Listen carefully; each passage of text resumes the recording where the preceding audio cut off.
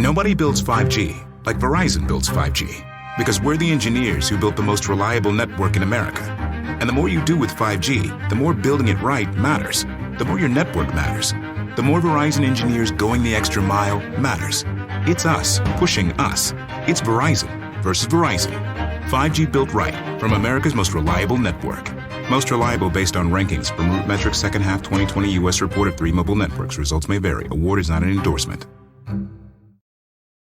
Your AC works overtime all summer, so be sure to replace your old air filters with new Filtry air filters. They recommend updating HVAC filters at least every 3 months all year round. So order your Filtry air filters today at Filtry.com. Let's clear the air.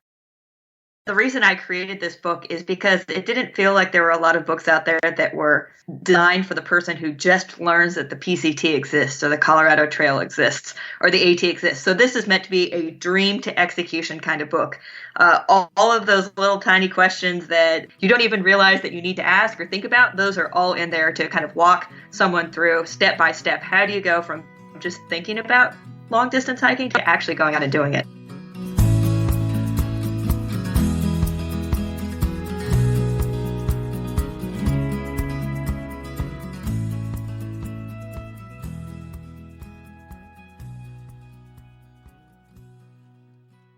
Hey folks, hope you're doing well. Sorry, I'm actually recording this from my phone because I forgot the cord to my microphone while I'm traveling, of course. But no worries, we'll be back on track on Monday. It's all an adventure, right?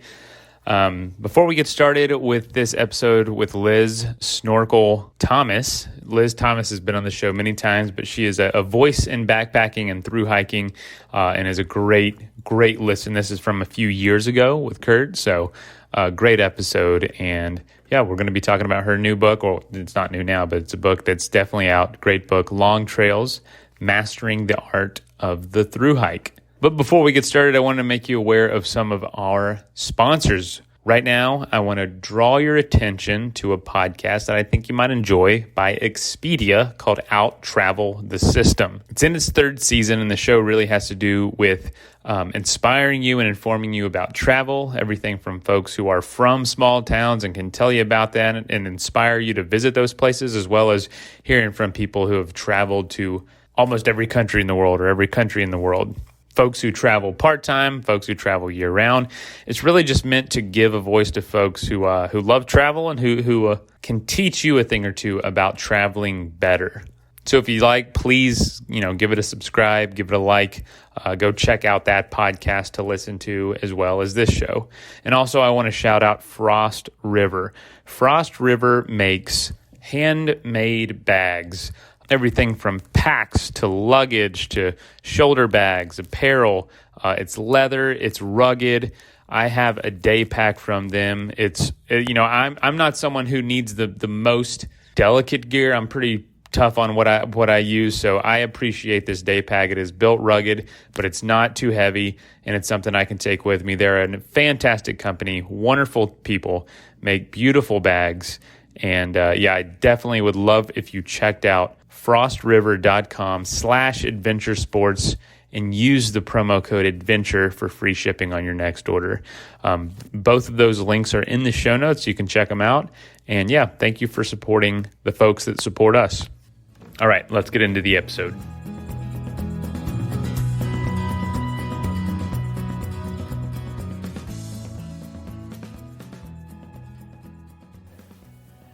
Hey friends, Kurt here. Man, I have Liz Thomas with us again today, and Liz has been on the show a couple of times, but it's been a long time since she was on the show.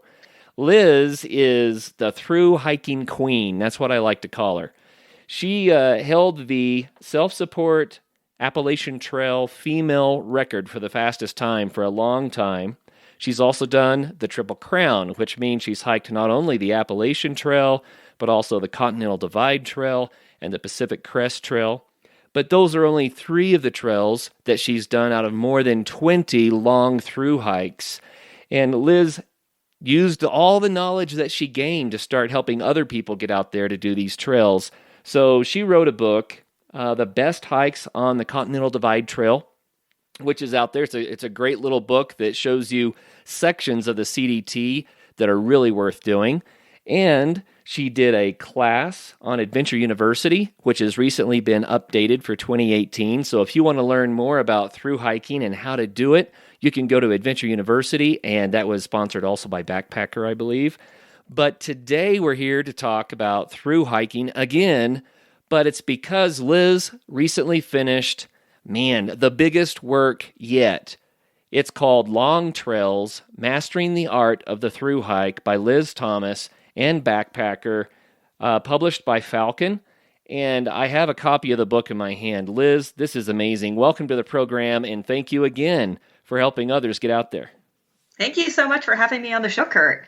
Well, I'm excited about it. I think we have to have you on at least once a year just so you can help people kind of get in the groove for what thru-hiking is and how to do it. And this book is, So we've got over 300 pages. I'm just going to try to give a brief description of it. 300 pages. It's heavy. It has beautiful pictures, and it has just about everything you would want to know about how to do a thru-hike. So for the listeners who have been thinking, I'd like to try thru-hiking, but I feel overwhelmed. I don't know where to start. They start by getting this book. That's what they do. Thanks, Kurt. Yeah, part of the reason I created this book is because it didn't feel like there were a lot of books out there that were designed for the person who just learns that the PCT exists or the Colorado Trail exists or the AT exists. So this is meant to be a dream to execution kind of book. All of those little tiny questions that you don't even realize that you need to ask or think about, those are all in there to kind of walk someone through step by step. How do you go from just thinking about long distance hiking to actually going out and doing it? Nice. Very, very cool. And I love that because the Adventure Sports Podcast is all about trying to get people out there to try stuff for the first time. And so the book is perfect for that. But let's come back to the book in a little bit.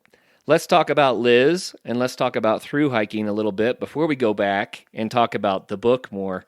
So who is Liz Thomas? Liz Snorkel Thomas, as my trail name goes. It's actually kind of weird not being introduced with my trail name. I should have just said Snorkel. Everyone would know. Yeah, I'm a long distance hiker. I'm just someone who really liked hiking and kind of on a whim decided to start doing longer and bigger things and discovered along the way some signs for the PCT and said, I could go to Mexico from here, or I could go to Canada from here. And started doing some research. And next thing I know, I've got more than 16,000 miles under my feet. I've been doing a long hike at least once every year for the past 10 years. So it's kind of become a really big portion of my life. And trying to inspire other people to get out there and hike has become a big passion, a big part of my life right now. Well, I love it when I find someone who finds an adventure sport that they love, and they can incorporate that into their life to make what I call an adventure-focused lifestyle. And you have found ways to do that with your books, with your classes, with all the contributions you make to the thru-hiking tribe or world. I don't know how you want to say that. You are also the vice president of the American Long Distance Hiking Association. That is correct. So what is the American Long Distance Hiking Association? So our mission is to promote fellowship among long-distance hikers, however a person wants to define themselves a long-distance hiker, and those who support it, and also to promote education and responsible use of the trails by long-distance hikers. Let's go back to how you make all this work out. All right. So you are spending a lot of time on the trail. How do you pull that off? Most people don't have that kind of time. Yeah, when I first started out, I kind of thought it was going to be a one and done. I saved up money. I had just finished school, and it was a sort of thing I was going to go on the trip of a lifetime. And I just loved it so much that it became this thing at the back of my mind that everything I did, I wanted to center around getting out more. And I think a lot of long distance hikers talk about how it's this transformative experience where, my job, my home life, everything is kind of focused around getting out for long distance hiking. So how I get it to work right now, for many years, I worked as an independent contractor, environmental consulting, so I could kind of figure out when I was going to go out. And the backpacker class also was a way that I could get other people out while also providing a little bit of income for my trips. But most recently, I work on the outdoors team of the Wirecutter, which is the product review site for the New York Times. And that job being a gear reviewer has been a really great way to get out and spend time on the trails while also working. Nice. Well, I like it when people can figure out an angle that allows them to have the lifestyle that they want. And it's so inspirational to the rest of us. And so thanks for sharing, how you're making your way through all of that. Where are you residing these days? You spent a lot of time in Colorado, but I understand you're in Southern California now. I am. My boyfriend got a job out here, and part of the things that makes our relationship work is that he knows that I'm going to go and hike for months at a time. So he gets to decide where we live. I get to go hike. Nice. Very cool. So let's talk about the inspiration for this book a little bit. Long Trails, Mastering the Art of Thru-Hiking. How did this book go from concept to reality? Yes. So a few years ago, I was reached out to by Rachel Zurer, who was an editor at Backpacker, about putting together an online class, a 6-week online class about thru-hiking. And she spent a lot of time helping me organize and think about the ideas and really present it to someone who is just learning what thru-hiking is and thinks they want to do it. So that was really successful. I would suggest everyone take a look at that class. But it became really clear that for a lot of people, an online class might not be the best way to access this information. So the idea behind the Backpacker Long Trails book was to take some of the core material from the class and put it into a paper copy that someone could read while they were on a plane on the way to a trailhead. I would not suggest this. Or, have as a coffee table book, look at over breakfast while they're before going to work. A job that they like to leave to go for a thru-hike. So to create that sort of inspiration that comes from a paper book. So that was kind of the idea behind this Long Trails book. Yeah, I get it. You know what? It's the Keep the Dream Alive book. That's what it is. You put it on your breakfast table, like you were saying, and then every day you can look at these amazing pictures and you can read another section and it's like, oh, yeah, I got to do that. And hey, I can't wait to do this. And I think that sometimes people need that kind of, periodical encouragement to make the dreams come alive. Yeah, I can't take credit for it, but the designer and the layout did a great job of taking all my words and putting them into bite-sized chunks with some really great inspirational photos. So it's really the sort of thing that you can take your 10 minutes over coffee break or whatever, look through and be like, this is enough to power me through the rest of the day and get excited about hiking. Yeah, absolutely. So, Liz, it's easy to assume that everybody knows what we're talking about because you and I have been talking about this for a long time. But the Adventure Sports Podcast has grown a lot. We have a lot of new listeners out there, people that maybe are hearing from you right now about thru-hiking for the very first time. So what is thru-hiking? I would say that for the longest time, thru-hiking meant a long backpacking trip, something like the Appalachian Trail, which goes from Georgia to Maine, where you were going to be carrying your backpack and hiking every day for months and months, or something like the Pacific Crest Trail or the Continental Divide Trail, which go from Mexico to Canada. And just this great adventure of being on a trail, being immersed in nature for that long. Now I would say I've kind of changed my definition in my mind to say that a thru-hike can be a backpacking trip that's it's more of a mental way of thinking about going on a trip. So it's the idea of really immersing yourself, of spending most of your day walking instead of doing traditional camping things. And it's about being on a trip where it's long enough that there's a little bit of resupply involved. You can't really carry all of the food or water you need for the whole trip, that you need to either go to a store or have someone bring you some food. So it's kind of this adventure where it has this epic proportion of being out there for that long. So how long is long enough, do you think? Yeah, I think for different people, different lengths are going to be able to get you to this sort of mental state or lifestyle where you really feel immersed out there.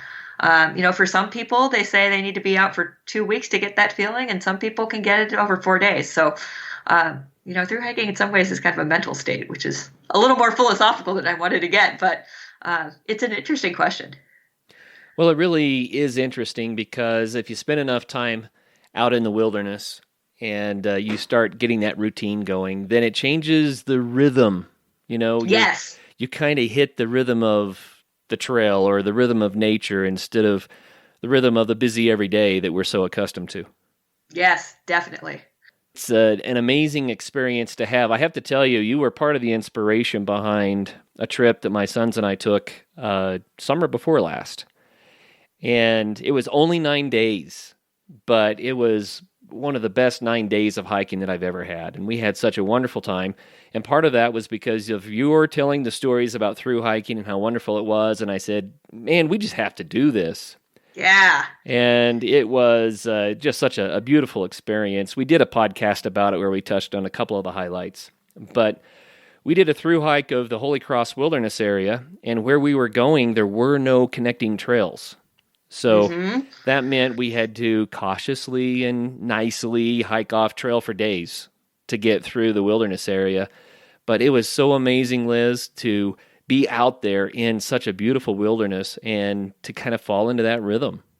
Do you miss that when you're not on the trail? I certainly do. And, the big solution for me has been trying to make sure that I go on day hikes, that I stay active, and that I'm always planning my next trip. That helps a little bit. Well, speaking of the next trip, you've done more than 20. Will you name some of the other trails that people may not think about when they think about long trails? Sure. So this past summer, I hiked the Pacific Northwest Trail, which is 1,200 miles from Glacier National Park in Montana to Olympic National Park on the Pacific Ocean, which was a really great trail. I've done a series of urban hikes, which I've been on the podcast to talk about, which are 200 miles or so, all within one city's limits. Some of the hikes have been shorter than that, but it's been kind of a different way of thinking about going on a long hike. Say some other good hikes: the Long Trail, which is the length of Vermont, or the Benton Mackay Trail, which is near the Appalachian Trail but has kind of a more wild feel in some ways. Of course, the Colorado Trail, John Muir Trail. There's so many good ones out there. And I think a lot of people think that if they're through hiking, they have to do a very long trail. And there's a lot of really great 200, 300, 150 milers out there that really get you feeling that feeling of being in the rhythm that I really encourage people to look into. Are the shorter trails as busy as the big three, or busier? How would you rank that? Yeah, I would say it really depends on the trail. Yeah, some of the trails are still a little bit off the beaten path as far as the shorter trails go. And really with any of these trails, if you start a little bit off peak season, or if you go in the opposite direction that most people do, it ends up being a lot wilder than you might think in some cases. Liz, I think it's really common for people when they first start backpacking to carry way more than they need. Their packs are usually too heavy, and you mentioned wanting to lighten your pack after that Tahoe trip. But there are other people that go so extremely ultralight, it might even be to the point of dangerous. Not sure. What do you think the happy medium might be? Yeah, so much about gear choices have to do with where you're going, your level of experience, your physical fitness level. There's definitely a happy medium that needs to be that hikers need to think a little bit about. And that's one of the reasons why in the book I have 5 different hikers with their complete different gear lists. Everyone has different stuff. There's photos of all their stuff. They explain why they carry what they do. And so what's really interesting is everyone has more or less the same categories, but how everyone tackles their problems is a little bit different. So one person's a little bit colder than the other and carries this sort of thing, or one person doesn't want to spend as much money as everyone else, so uses Army surplus store stuff. So, there's so many balls to juggle with getting your gear, but I think that's also part of the fun and the challenge of through hiking. It is fun, and the more you do it, the more you kind of hone in on exactly what you like to take. And people that have been listening to the show for a while know that I won't go backpacking without a bandana. It's like my favorite piece of gear that I take. But what would be the one thing that you would say, yeah, everyone should probably consider this item, and maybe something off the obvious list? Well, so it's kind of a luxury item. It's not required, but I really love my umbrella. I have a little 5.5 ounce Montbell umbrella, and it's great for the sun. It's great for the rain. It's great for the wind. It's great for the snow. I just love carrying it. And yes, I could just suck it up and just walk around in the rain in my rain gear, but there's something about having that umbrella that it just makes my morale so much higher when the weather's not great. When I have my bandana on, I put it under a cap and it becomes sunscreen and bug protectant and everything else. But I do get kind of hot because then I'm not getting any breeze. But with the umbrella, I would still get the breeze. Yeah. And who would have thunk an umbrella on a through hike? Yeah. But it makes sense. It really does. When I first started through hiking, there was one guy with an umbrella, and all the other people around him made fun of him. And I looked at him and said, maybe he's figured out something that I haven't figured out. And that was on the Appalachian Trail, and people were using it mostly for the rain. And then when I went out to hike the Pacific Crest Trail, lots of people were using it for the sun. And I remember when I was in Oregon, it was a rainy day, and I saw some hikers using their umbrella in the rain. I was like, oh yeah, umbrellas can be used in the rain too. It's like I had completely forgotten that's what umbrellas were originally for. Yeah, I totally get that. Well, if someone wanted to do a shorter shakedown hike, one of the trails that's not thousands of miles, but maybe just 100 or two, do you have a recommendation for someone, for a first-timer? Yeah, I mean, the Tahoe Rim Trail, I did not realize it at the time, but it is such a great trail for a first-timer. It's a loop hike, so you're walking back to your car, so, none of the crazy shuttle logistics. The permits are relatively easy to get. There's not I would say there's too many road crossings, but there's enough of them that if you ran out of food or your gear fell apart or you got injured, it'd be relatively easy compared to some other trails to get the help that you need. And it's beautiful. Yeah, I imagine. I've heard of the big three, that the Continental Divide Trail is kind of in a class all its own. It's the wildest of the three. Can you describe what that means? Yeah, I would say part of it's being remote, which means not as many road crossings, not as many opportunities to see other people. Some of the things that also make it kind of a class of its own, in addition, I mean, it's higher up than a lot of the other trails, elevation-wise. The weather, lightning and snowstorms and all that is of a more epic proportion. There's grizzly bears, and it's in some ways it's just the Wild West experience a lot of people are dreaming about having when they're on a backpacking trip. Yeah, I kind of threw that out there to contrast what we just said about a starter trail versus one of the big ones that's a little bit more challenging. How much do you think a person needs to learn, skill set wise, about navigation and backpacking general knowledge and outdoor skills to do something like the Continental Divide Trail? Yeah, I would say, every year people go out there as their first hike, and some of them end up just totally rocking it. And some of it has to do with having a basic backpacking, some skills, have taken in some navigation classes, orienteering classes. A lot of that can help. But I would say that the more experience you can get, and at the very least making sure that you're a certain level of physical fitness and you know how to use all your gear, as much as you can get a lot of those things dialed in before going out on not just the CDT but any trip, it's going to make it a little bit easier, that learning curve, to go out there and make sure that every day you're feeling your best. Well, we need to dive into more details on how to do that, but first I have to ask the big question: why go to the trouble? Why go to the trouble of through hiking? Or right. Yeah.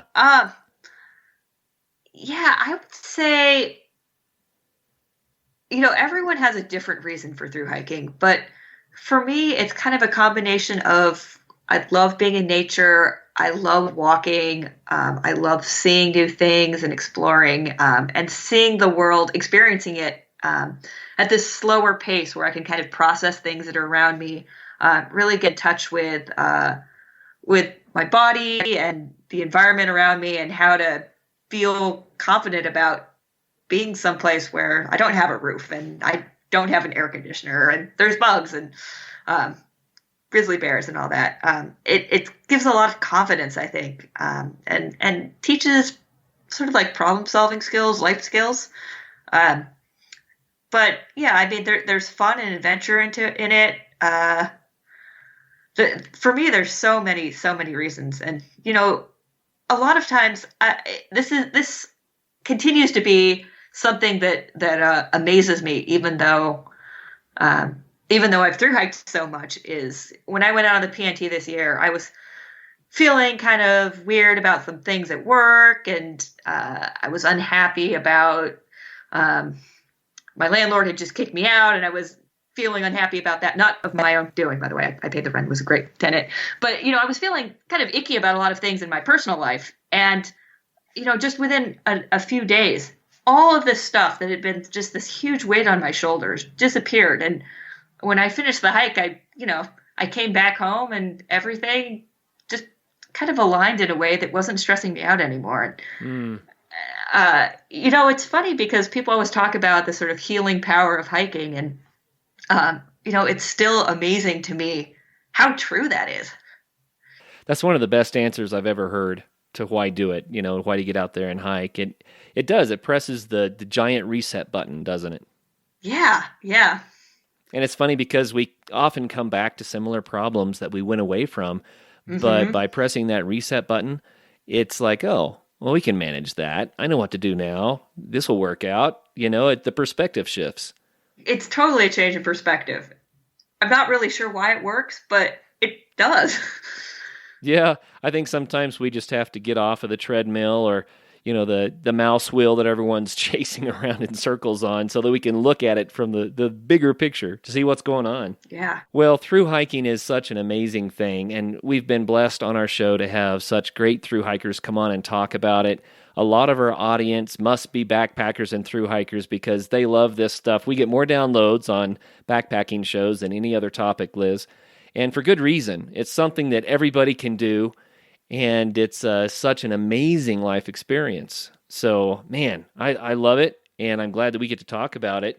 Let's go back to your book now. All right. I'd like to spend some more time describing the value of this book so people know what it is. First, where can people get it? We should say that.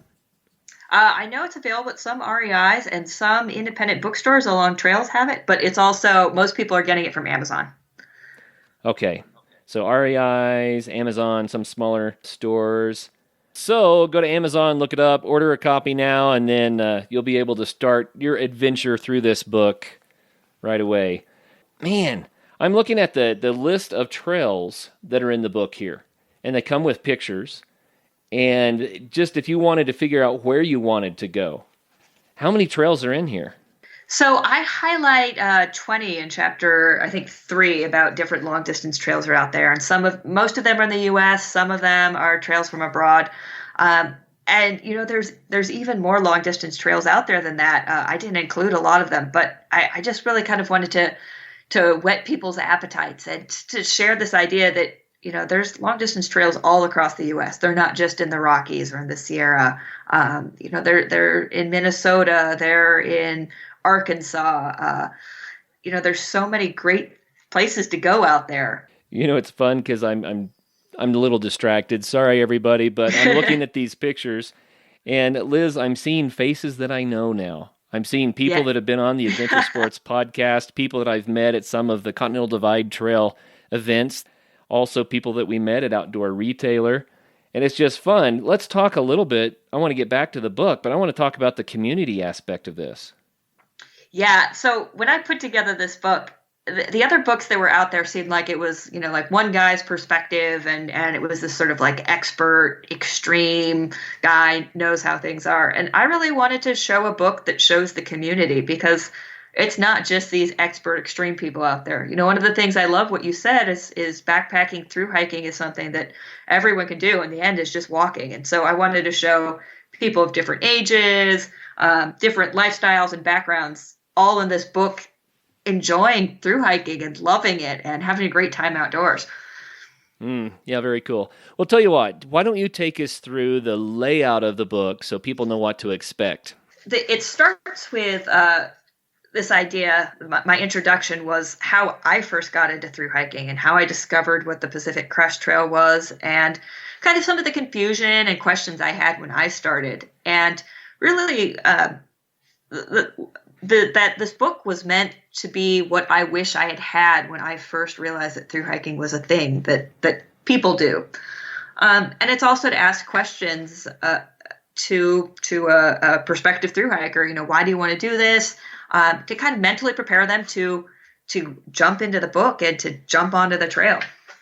The next chapter is planning and preparation. So a lot of it has to do with the questions that, in some ways aren't the super sexy thru hiking questions you want. They're not bears and lightning and raging river fords. It's how am I going to afford this? And how am I going to tell my family I'm leaving them for some months? And how am I going to quit my job? These things that are really, really important questions, and the sorts of things that also end up stopping people in their tracks even before they put on their hiking shoes.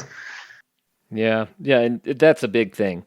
It's hard to do. And one thing I'd like to mention is a lot of people commit to the idea of doing an extended trip. Maybe it's a through hike on one of these trails. And they say, well, if I have to quit my job, I can get another job. Maybe it's worth it. And then they go into the boss and say, I'm going to do this. And the boss says, oh, how about a leave of absence? It works out when you start moving forward. So I just want to throw that out there. It's surprising how many people we've had on the show who say, yeah, well, I let all these things hold me back. And in the end, they didn't have to at all. It is so surprising. For putting together the book, I interviewed people from all walks of life, different ages. And pretty much everyone said that that their jobs said, okay, sometimes they got a raise. Sometimes they said, go ahead, have a great time. We're not hiring you back. And then as soon as they got back from the trail, they said, can you come back in here? We haven't been able to find anyone as good as you. Right. There's a chapter 2 is prepping and physical fitness. That's a big deal for people that want to do this. Yeah. One of my favorite stories in this is throughout the book, I have this thing called Hike Your Own Hike, which is blurbs by other hikers about their experience, which is maybe a little bit different than mine. And a good friend of mine worked as a computer programmer. He has a great story about how little physical activity he did before his hike. He was moving so little that he had one of those like wristwatches that recharges itself based on your movement, and it wasn't recharging at all. It wasn't winding. That's saying something. Yeah. So, and he talks about how difficult it was for him to go out and thru hike in that condition.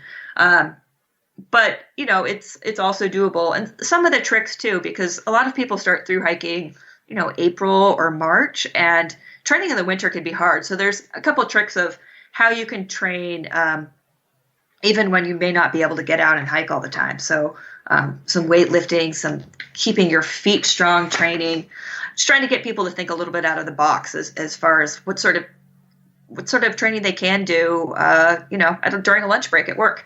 You know what, Liz? It's funny you're saying that. I'm at a stand-up desk right now, standing on a wobble disc, doing one-legged squats while I'm talking to you.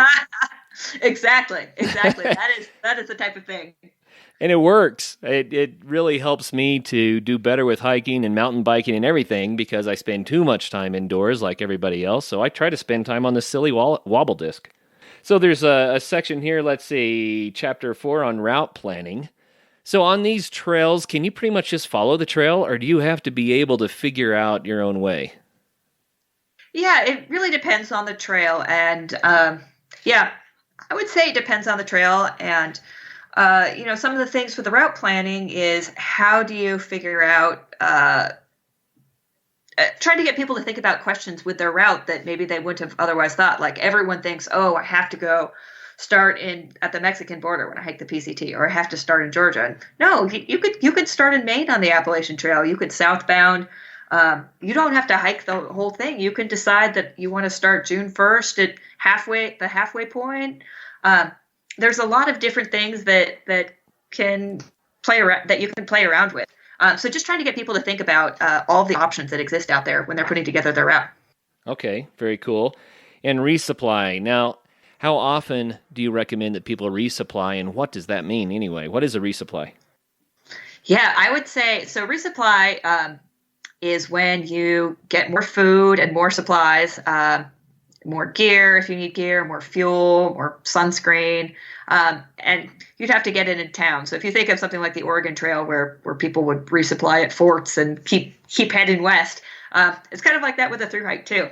So as far as how often to do it, it really depends on the trail. Some of the more remote trails, it's not it's not uncommon to have to go as long as 135, 150 miles without having any stores or any real options in between. But on some trails, you get resupply, every 30 miles. And over a course of a long trail, you might have sections that are 7 days in between, and you might have sections that are half days in between. So you just kind of have to play it by the trail. I kind of think about the resupply as, you mean I have to leave this remote paradise that I came to hike through and dive back into civilization to get more stuff? But then at the same time, there's probably a reward there, a chance to have a shower and take a breather. Yeah. There's a give and take. And I think a lot of thru-hikers, the temptation of food calls, they go into town, they take a shower, and then they're like, I want to get back into the wilderness. You feel like you want to be two places or two things at once? Yeah, and thru-hiking is a emotional roller coaster. It's the ups are super high and the lows are super low. And being in town, you dream about all the time when you're on trail. And then you get into town, you eat, and then you're like, man, I got to get out of here. I got to get back on trail. So that's funny. Full range of experiences. So the next chapter is on gear, and a big subject. And I'm sure that you spent a lot of time on that. Let's see. Yeah, it looks like this is almost 100 pages just on gear. Yeah, and it's funny because I start the gear chapter with a big introduction about how gear isn't that important. But it's something that a lot of people worry about, and so I put a lot of work into collecting different people's gear lists, people with different levels of experience, people with different goals when they're hiking. I have someone who's very dead set on making lots of miles and has a lighter pack, and then someone who's a little more work hard, play hard, carry the cast iron if you need to, sort of. I have a guy, Mags, who really focuses on budget options that are out there because he doesn't think that people need to be spending $10,000 on gear, which is totally true. Yeah. Well, and people should know that the expense of it shouldn't be what keeps them from doing it. There are ways to do it affordably. For sure. Yeah, and also, how are you going to spend money when you're on the trail, right? Yeah, and I back at budgeting section and in the Life on the Trail section, there's some tips on how can you save money on trail because when you're on trail you can't spend money, but as soon as you get into town, man, that siren call of a hotel room and a shower, and it's not uncommon for thru-hikers to want to eat get to a restaurant and order 3 dinners for one meal. Right. So it's easy to work your way through money when you've been away from things like that for a few days. So chapter 8 is on safety, etiquette, and special concerns. Safety, that's an important subject. Etiquette. Now, people might say, what do you mean etiquette? You're out in the middle of the woods. What is etiquette? Yeah, so part of it, etiquette, is making sure that the hikers who come after you also have a positive experience, both in the trail and in the towns where there's resupplying. It's kind of like this sort of like trail karma that you want to make sure that you leave no trace when you're on the trail. So a lot of this is talking about major long distance hiking questions of leave no trace. So of course there's bathroom management, but also questions about should I use speakers or not? What should I do with my cell phone? But also that same sort of experience when you're in town. How can you be respectful to hostel owners or people who are trail angels who are supporting hikers when they're in town? So kind of these things that people might not necessarily think a lot about before they go out there and experience it. There's also special concerns here. Give us an example of a special concern. So one of the special concerns that people think about a lot, especially women, is hitchhiking, because sometimes a trail will cross a road and your place to resupply, the place where you're going to get food, is 10 or 30 miles away from where the trail crosses that road. So some of those things, some of the things in the special concern sections are, how do I hitchhike safely? Or, a lot of people who are getting into thru-hiking have always wanted to do it. They retire, they're a little bit older in life. And some of the tips that some of the people I've talked to who are in that life stage have said about going out and hiking that might not apply as much to some 20-year-old young buck who's, been been on the cross-country team his whole life. Yeah, for sure. So chapter 9 is troubleshooting injury, disease, and first aid. Important stuff. Injury, people always think of injury when they think of being in the wilderness because they're so afraid that they're going to get trapped out there and not be able to get back out again. How legitimate is that concern? Yeah, I would say for a lot of these long-distance trails, that is not... people get injured, but it's often, more times than not, an overuse injury. So people thinking they're a lot stronger than they are, and maybe their leg muscles are really strong, but where the body ends up pushing back is these kind of little tendons in your foot or little bones in your foot that aren't used to taking that same sort of pounding that maybe your legs are super capable of doing. So you can walk yourself out of a lot of situations on an overuse injury. It's going to hurt, but it's not, there aren't too many sort of, Aaron Ralston-like situations for through hikers. Right. Knock on wood. Right. You mentioned disease here. There is some concern about some bugs that you can pick up in the woods. What are the big ones? Giardia, crypto, waterborne illnesses. Norovirus has become an issue on the AT, just because there's so many people out there and they're all hanging out in shelters. Lyme disease, the most dangerous animal a thru hiker might ever encounter is a little tiny tick. Wild. So your book discusses prevention and what to do if, right? Yeah, exactly. And then chapter 10, savoring the experiences. You mentioned earlier that there were some people that wrote some excerpts in the book. We're talking about experiences. Would you read one of those for us? Oh, certainly. So this is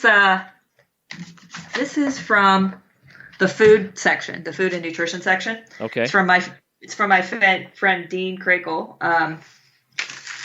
And he hiked the Colorado Trail. He's retired from being a photojournalist, 63-year-old guy. He says, "When I decided to walk the Colorado Trail, I did a lot of research on food, and I spent the whole winter and spring making my own trail food. I had 2 dehydrators going full blast 24 hours a day, day after day. I made huge batches of energy bars. I bought bulk freeze-dried food and put it in individual Ziplocs. I also made pemmican, the food that I was going to rock the Colorado Trail with. Pemmican is a blend of 50-50 lean beef of buffalo and fat that some say tastes like a beef-flavored candlestick. It's very lightweight, incredibly calorie-dense, and I thought it would solve my calorie-to-weight conundrum. I made 24 pounds of it. I packed every resupply box with my pemmican. When I finally got into the field and on the trail, I only ate 1 pound of pemmican before I was totally sick of it. I had to go to the towns to restock my food. As I walked on the trail, my needs in food changed dramatically. Going to town allowed me to buy the food I wanted and the food that I was craving, and it also allowed me to buy as much food as I knew I would need because by that time of the journey, I knew exactly my daily mileage. The moral of the story? Food is about flavor. If it doesn't taste good, you won't eat it. And you gotta eat. And if you need pemmican, I still have a freezer full." That's great. And that's been one of my challenges. I have tried every kind of dehydrated, freeze-dried food out there. And I do have some favorites that are a lot better than the rest. But the bottom line is I still want real food sometimes. Yeah, I crave real food too. Someone at Outdoor Retailer asked me, what's your favorite trail food? And I said, not trail food. If I can pack out some pizza slices or some eggs or a head of kale or an avocado, all of these things that are a little crazy for a hiker to carry. It tastes super good when you're 10 miles out of town, not that far, and it just feels like it's such a treat. Oh, yeah. Always take the stuff that may not keep very long and eat it the first couple of days, right? Yeah, exactly. Let's take a quick message break and hear from the folks that help make this show possible. Tired of waking up hot and uncomfortable? Start sleeping cool on the Tempur-Breeze by Tempur-Pedic. It's engineered with a revolutionary cooling system that pulls excess heat away from your body to help you sleep deeper all night and wake up more refreshed every morning. During the Tempur-Pedic Summer of Sleep, save $500 on all Tempur-Breeze mattresses and experience your coolest sleep this summer with our best breeze savings of the year. Learn more at TempurPedic.com. Your AC works overtime all summer, so be sure to replace your old air filters with new Filtry air filters. They recommend updating HVAC filters at least every 3 months all year round. So order your Filtry air filters today at Filtry.com. Let's clear the air. That is plenty of that for now. Let's get back into the episode. You know, my favorite, Liz, and I'll let you tell me one of your tricks, but my favorite thing is I get either peanut butter or almond butter. I mix regular table butter in with it, and I add just enough sweetener to kind of give it a nicer flavor, and then I add water until it becomes easy enough to swallow that it doesn't gum up my throat, right? And I put it in a squeeze tube, and I've hiked 6-8 hours on that. Wow. It is the energy that you need, and it works for me. It tastes fine. Now, would I want to do it for 12 days in a row? Probably not. But do you have a hack, a food hack, something that you like that works when you hike? Oh, man. The thing about nutrition, just like in Dean's story, is that tastes change so much. Things that I really, really loved a few years ago, I cannot eat anymore. But my big kick right now, and something I haven't gotten tired of, which isn't super calorie dense, I know for sure, is I really love dehydrated, freeze-dried miso soup packets. And part of the reason is because there's a ton of salt in it. But for me, my mom's from Japan, and so I was raised on miso soup. And so it's kind of like a soul food to me when I'm on trail. So when I mix up some with my water bottle, it's like, all these memories flash back. I'm getting a bunch of salts and electrolytes that are probably need to be replenished. And for me, it's a surprisingly good energy kick. Now, I've heard some people will take dehydrated food and put water in it, throw it in their pack, and then hike down the trail for a couple of hours, and that rehydrates it so they don't have to cook it. Have you ever tried that trick? Yeah, so I hiked the Pacific Crest Trail and the Appalachian Trail and about half the Continental Divide Trail stoveless, like that. After that trip, I decided, you know what, I think I want to start carrying a stove again. So I've gone back and forth. Some trips I've gone stoveless, some I haven't. But it's a really quick way of going about and eating, especially, in drought years. Sometimes there's fire bans. So, it makes it all the easier to eat something delicious without having to worry about carrying that stove. Yeah, I guess I bring it up just because there's such a variety of ways of doing it, and people really should try different things, figure out what they like, what works for them, and it's an ongoing thing. You're gonna spend a lifetime polishing your diet on the trail. At least that's what I think. I'm still working on it. I'm still working on it too, and with American Long Distance Hiking Association, we have been having nutrition talks, and every year we have people talk about food, and everyone from the first time backpacking to the person who has hiked 20,000 miles, everyone says, oh, I didn't think of that. You always learn something new. Everyone's always trying to find great food ideas. So I think that there's a world of experimentation for lots of hikers out there. Yeah, no doubt. The one thing that doesn't work for me but might work for other people are a lot of the like energy bars or things like that. They work for people for quick energy, but it doesn't seem to last long enough for the endurance hike for me. Yeah, I can see that. I hiked quite a bit with energy bars for the longest time, and I'm just at the point where I can't quite stomach them anymore. Nothing against them, but I've just seen so many of these packages of rectangular food that my body wants something else. This may sound funny, but it's almost like you start looking at that squirrel kind of funny in the tree after having too many of those energy bars. Yep. Come down here, little buddy. No, I'm sorry. That's horrible. But that's kind of the way I start feeling is that, well, I'm out of balance. I don't have everything my body's looking for. And so anyway, different strokes for different folks, right? I do carry energy bars when I go backpacking, but it's not going to be my mainstay. So yeah. Well, Chapter 10 I already mentioned was making friends and savoring experiences. Any highlights from that you'd like to mention? One of the things I also like about this book is it's really easy to think that when you go on a long distance trail, you're going to be out by yourself for 5 months and only see bears and marmots. And the truth is there are other hikers out there. So some of the questions that I talk about are things that I never had thought of before I went out and did a bunch of these through hikes. And that's, choosing partners. When is it right to hike with someone? When should I hike on or stay behind and not hike with someone? The ideas of blogging on trail. Is it a good idea? How often should I do it? Staying in touch with loved ones. It can be hard. People miss home, and people, missing home and some of these social factors end up being a contributor to why people end up getting off trail or quitting. So keeping all of these things in mind when going out on a hike and realizing that there's more to planning for a hike and there's more to making it on a through hike than just having the right gear or having the right food. Those are the easy parts. Right. I love it, Liz, that through hiking has received so much exposure, I should say, from the media in the last few years. There have been movies about through hiking, and more people are talking about it on shows like ours. I love it that it's become a thing that people think about and do more of and dream of. Do you think we're going to overdo it? Are there too many people out there? I think that's something for the land managers to decide. How many people can a trail hold before things start getting gross and the experiences become detrimental. For me, I think that there's so many great places to hike that there's so many great places to explore that for me, if I feel like certain areas are getting overused, I have this whole world of ideas, some of which are in this book, of other places to go.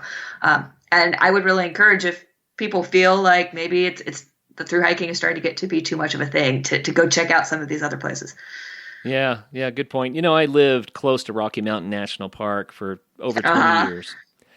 And I rarely ever went. And it's not because it's not wonderful. It is wonderful. But Colorado has a plethora of places that are just untouched and underused. And you can hike to these places and you can spend a lifetime and never see it all. So it's like, why would I pay money to go somewhere and stand with a crowd when I can go somewhere else and have it all to myself and enjoy it for free? And it's kind of become a thing for me to let people know all of these beautiful, wonderful resources that our nation has. The 3 big, long trails that we've been talking about, the national parks, all these things are wonderful. Take advantage of them. But don't forget, if you want to get away from the crowds, it's available. It's not that hard to do. Yeah, definitely. Well, we've kind of gone through the highlights of how the book is laid out. Do you have another passage you'd like to read for us? Sure. So this is Hike Your Own Hike in Praise of Zeros by my friend Bill Murphy. Pi is his trail name. And he's the same guy who's a computer programmer who had so little exercise before his first hike on the AT that his watch wouldn't wind. So this is called In Praise of Zeros. Many hikers name their days by how many miles they've hiked. Phew, a 20. Who were you with when you did your first 30? Some even say more extreme numbers, 35, 40, even 50 plus. These numbers seem competitive. They seem progressive, but sometimes the best progress is a 0. Everyone needs time off. There's a temptation to characterize a long hike as a lot of time off from your job.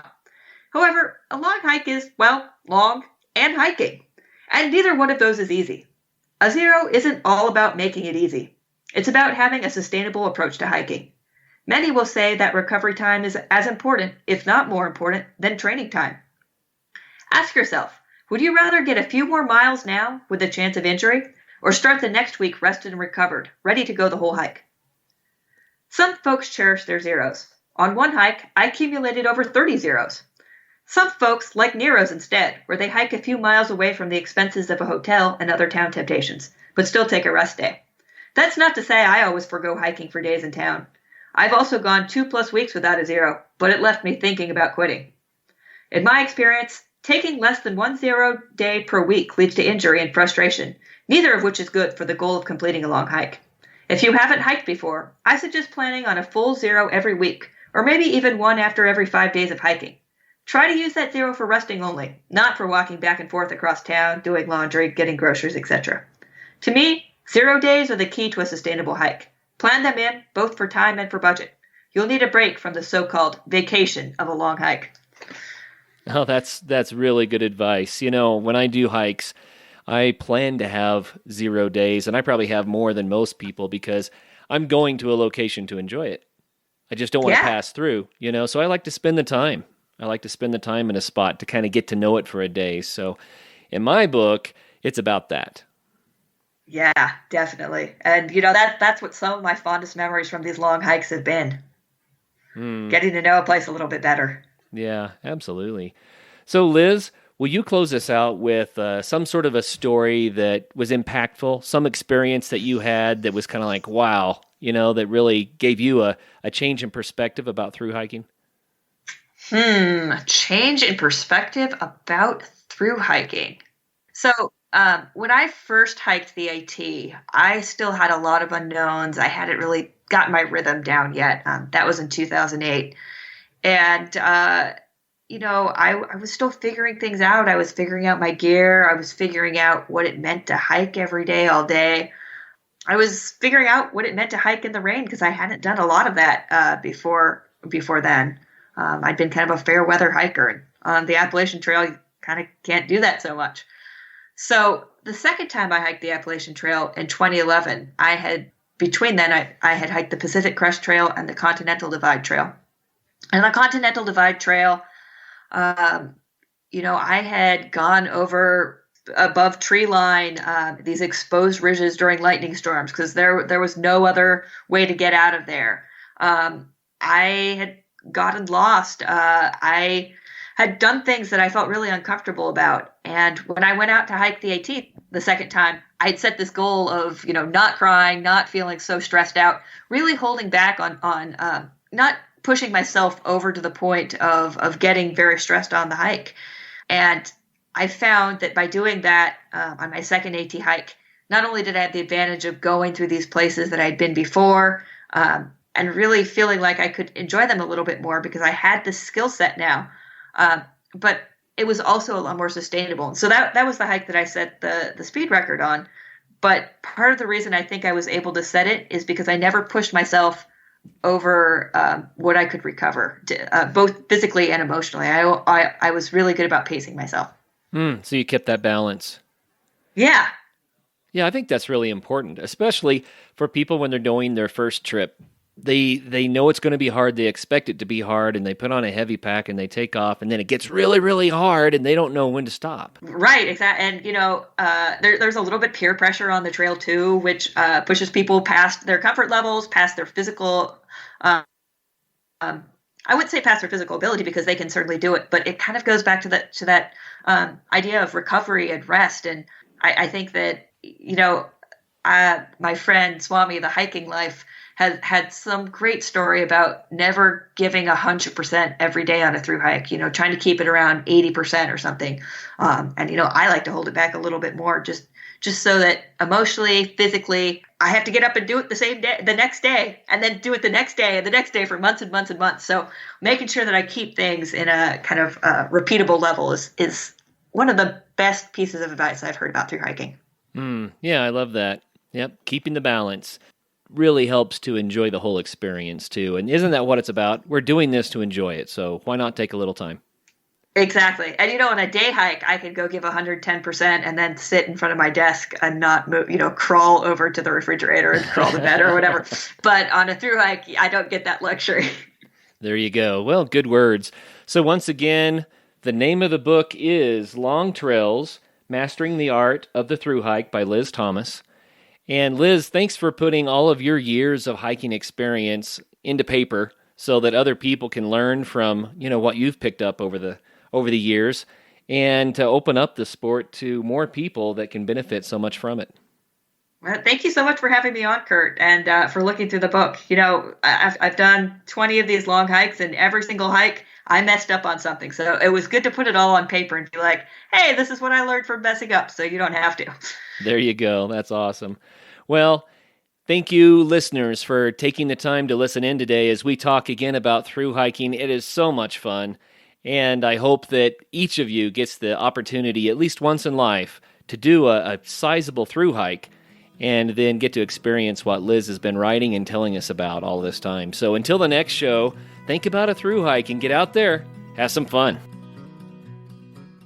First of all, thank you so much for listening. It means the world to us that you choose to listen to this show. If you'd like to help us further, you can leave a review on iTunes, share us with your friends, your family. It goes a long way to grow in the show. You can also support us financially through patreon.com/adventuresportspodcast. Link is in the show notes. And also, if you have an idea of who could be a good guest for the show, we're always looking for people to tell their story about the outdoors or adventure. So if you know someone, please reach out. Email us at info@adventuresportspodcast.com. And until then, get out there and have some fun.